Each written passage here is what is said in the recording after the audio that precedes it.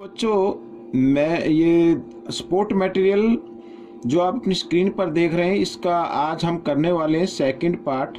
और एक्सरसाइज मैंने ली है 9th। तो आप इसको वीडियो को पूरा देखिए और देखकर प्रैक्टिस ज़्यादा से ज़्यादा कीजिए। मैं हूं हरी सर और आप सभी बच्चे देख रहे हैं आपका अपना YouTube चैनल चलो कदम बढ़ाएं। जो बच्चे हिंदी मीडियम में पढ़ते हैं उनके लिए अलग से चैनल है जिसका नाम है मैथ्स विद हरी सर, आप उसे भी ज्वाइन कर सकते हैं। तो यहाँ पर ये देखो, जो फर्स्ट क्वेश्चन 5 थे वो MCQ थे। अभी यहाँ पर थोड़ा सा मैं इसमें डिटेल से मैं जाऊँगा, तो आप इसको ज़रा ध्यान से देखना। बहुत ईजी है वैसे तो। देखो क्या कहता है, a tower is 50 metre high, let the tower, मान लीजिए ये ABJ टावर और ये 50 मीटर हाई है, 50 मीटर हाई है, ठीक है। व्हेन द सन, ठीक है, altitude is 45, then what will be the length of its shadow, ठीक है। यहाँ पर सन है और इसकी जो, मान लीजिए इधर ये शैडो बनेगी, ये यहाँ पर ये हमें फाइंड आउट करनी है। और इसका जो ये एंगल बन रहा है इधर, ये ठीक है ना, ये बन रहा है बच्चों यहाँ पर 45 डिग्री का। आपको ज़्यादा सोचने की जरूरत नहीं है, बिल्कुल इस तरीके से यहाँ पर लेट, ठीक है, let AB is a height. आप चाहे तो लिख सकते हैं, अदरवाइज कोई दिक्कत नहीं है, ऑफ टावर, ठीक है ना। आप डायरेक्ट भी इसको कर सकते हैं, ठीक है। ये 50 मीटर यहाँ पर let AB is a tower, जिसकी लेंथ क्या है 50 मीटर है यहाँ पर, ठीक है। और ये दिया हुआ है। अब देखो बच्चों, परपेंडिकुलर गिवन है, बेस फाइंड आउट करना है, यानी परपेंडिकुलर बाय बेस होता है tan थीटा में। अब यहाँ पर हम लिखेंगे tan थीटा, ठीक है, tan थीटा, tan 45 लिख लीजिए, या तो AB बाई BC इस तरीके से। और tan 45 की वैल्यू होती है 1। देखो टेबल आपको आनी चाहिए, AB है 50, हमें फाइंड आउट करनी है BC, तो क्रॉस मल्टीप्लाई कर दें तो BC को 1 से करें तो BC आ जाएगा, और 50 को 1 से करें तो 50 आ जाएगा। तो उसकी जो शैडो होगी बच्चों, उसकी भी लेंथ होगी क्या, 50 मीटर होगी, ठीक है। अगर 45 डिग्री का एंगल बन रहा है तो शैडो की लेंथ कितनी होगी, 50 मीटर होगी। तो ये क्वेश्चन आपका सोल्व हो गया, ठीक है। अब हम करेंगे क्वेश्चन नंबर 7, ये रहा आपके सामने। तो क्वेश्चन नंबर 7 क्या कहता है, the length of a shadow of a pole 50 metre high is 50 by √3 metre, ठीक है। यहाँ पर मान लीजिए ये एक पोल है, ठीक है, जो 50 मीटर हाई है, और इसकी जो शैडो है ये वाली, इसकी लेंथ है 50 बाई √3, ठीक है, मीटर। तो फाइंड द सन्स एल्टीट्यूड, यानी यहाँ पर हमें एंगल फाइंड आउट करना पड़ेगा यहाँ पर। अब बच्चों बहुत ही इजी है ये क्वेश्चन, ठीक है, ये क्वेश्चन बहुत ही इजी है। अब टावर की जो यहाँ पर हाइट है, ये AB जो है, ये पोल मान लीजिए, टावर मान लीजिए, तो 50 है। तो अब यहाँ पर हमें फाइंड आउट करना है। अब ये देखो, परपेंडिकुलर बाय बेस गिवन है, तो ये तो tan थीटा में आता है, परपेंडिकुलर बाय बेस इस तरीके से। तो थीटा की वैल्यू हमें फाइंड आउट करनी है, ठीक है ना, थीटा की वैल्यू हमें फाइंड आउट करनी है, यानी कितने डिग्री का एंगल बन रहा है। तो अभी AB क्या है, 50 है बच्चों, और यहाँ पर ये आ गया 50 बाई √3। अब यहाँ पर मेन डिवाइड ये है, इधर ही आती है, तो हम क्या करते हैं, जो डबल डिवाइड होती है उसको मल्टीप्लाई में इधर ले लेते हैं। 50 से 50 कैंसिल हो गया। अब tan थीटा की वैल्यू आ रही है √3, और ये आती है बच्चों 60 डिग्री पे। कितने पे आती है, 60 डिग्री पे आती है। तो इसका मतलब आपका जो एंगल बनेगा वो 60 डिग्री का बनेगा, यानी tan 60 होगी वैल्यू, ठीक है, tan 60 डिग्री यहाँ पर। तो ये क्वेश्चन आपका सोल्व हो गया। आइए करते हैं क्वेश्चन नंबर 8, ये रहा आपके सामने। तो क्वेश्चन नंबर 8 क्या कहता है, देखो बहुत ही आसान है ये भी। Find the angle of elevation of a point which is at a distance of 30 metre from a base of a tower 10 √3 metre high. यहाँ पर ये टावर है जिसकी हाइट गिवन है 10 √3 मीटर।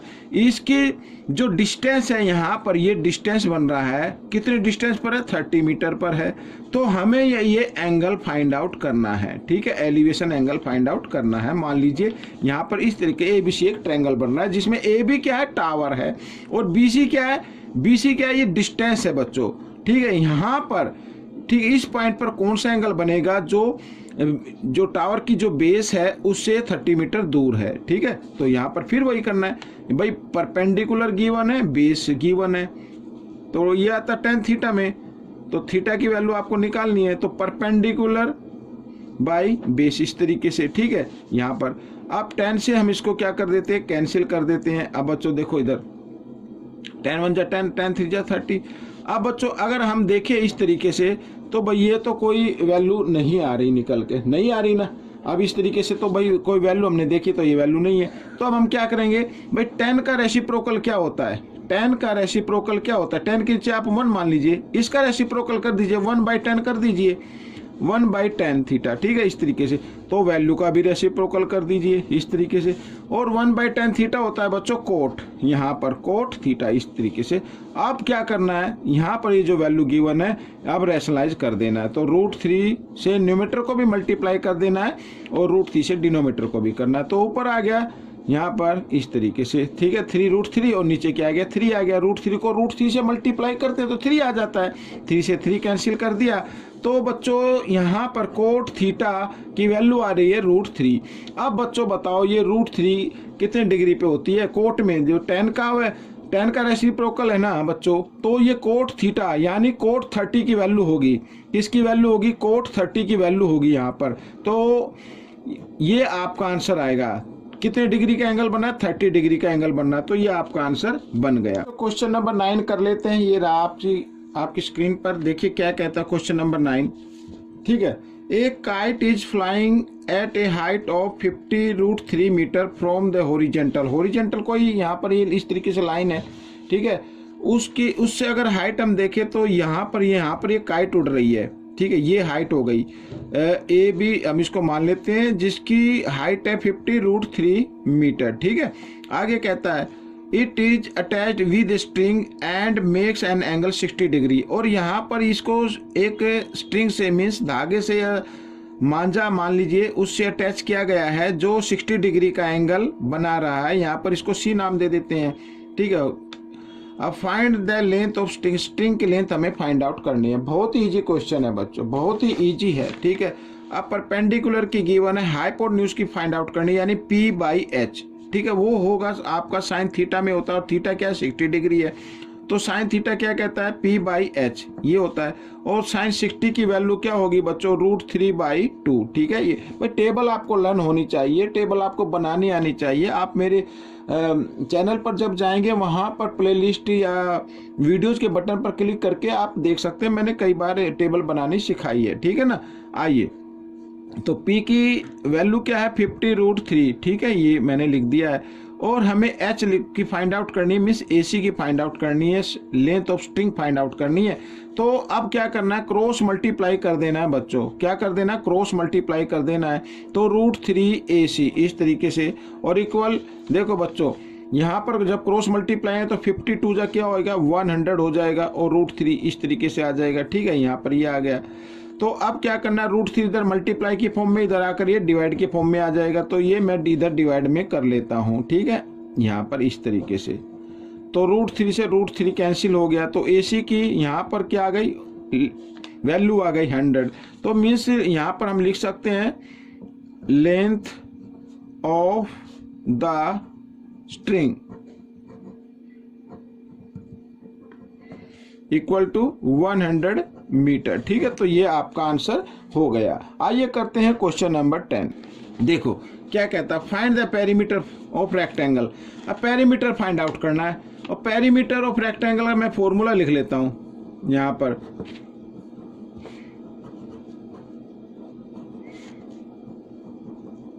ये फॉर्मूला होता है 2 + L + B। अब हम देख रहे हैं इसमें भाई B तो गिवन है, L नहीं है, तो L फाइंड आउट करते हैं पहले।